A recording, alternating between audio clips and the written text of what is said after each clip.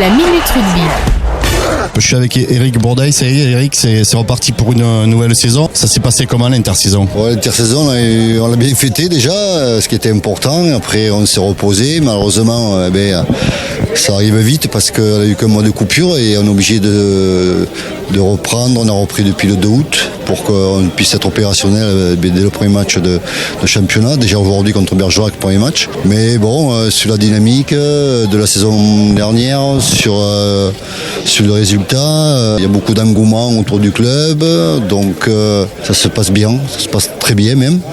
Les nouveaux sont intéressants. On a réussi à avoir là récemment cette semaine un centre qui arrive du Puy-en-Velay, un centre tongien qui a de grosses qualités, ce qui va renforcer encore plus notre équipe. Donc voilà, on a fait un bon recrutement. Les joueurs ont bien bossé pendant ce mois d'août.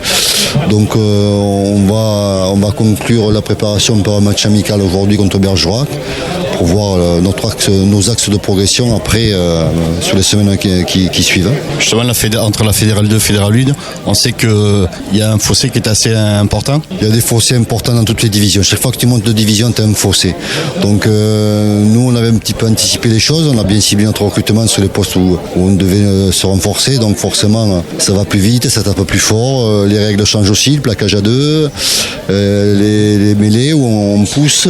Donc voilà, on voulait y aller. Donc en voulant y aller, on savait ce qui nous attendait. Donc on travaillait en conséquence pour exister. Un mot sur la poule. Alors, comme le disait Mathieu, géographiquement, les déplacements seront un peu moins compliqués, on va dire, entre guillemets. Mais au niveau de la poule, qu'est-ce que tu peux nous dire? De toute façon, il y a 4 poules à Fédéral 1, c'est le meilleur niveau amateur, donc c'est les meilleurs clubs amateurs de France qui se retrouvent dans cette division-là.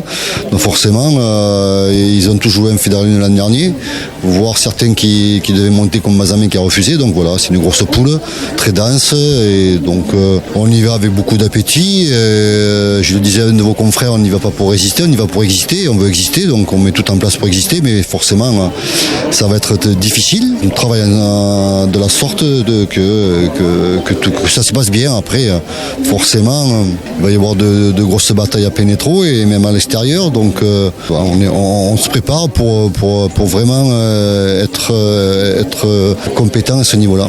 Alors les équipes qui sont dans la poule de l'Irak, est-ce que vous les avez un peu observées, visionnées ou pas du tout, vous les connaissez pas? Non, pas pour le moment, on les connaît par leur passé rugbyistique, mais on n'a pas trop visionné encore. Pour le moment, on est sur les matchs amicaux. On va préparer le premier bloc. On prépare le premier bloc, donc le premier match contre l'Autoec ici. Qui, à mes souvenirs, il y a 3 ans, quand ils étaient en Fédéral 2, ça avait été de rudes batailles, de grosses batailles, autant chez eux que chez nous. Donc on s'attend à une grosse bataille pour le premier match à Pénétro en plus. Donc voilà, on se prépare pour ce premier match-là qu'il faudra gagner absolument pour bien débuter le championnat. Et puis c'est la seule équipe à avoir gagné à Pénétro, c'est ça, la dernière équipe à avoir gagné à Pénétro? Exactement, c'est la dernière équipe à avoir gagné à Pénétro, donc ce sera la dernière.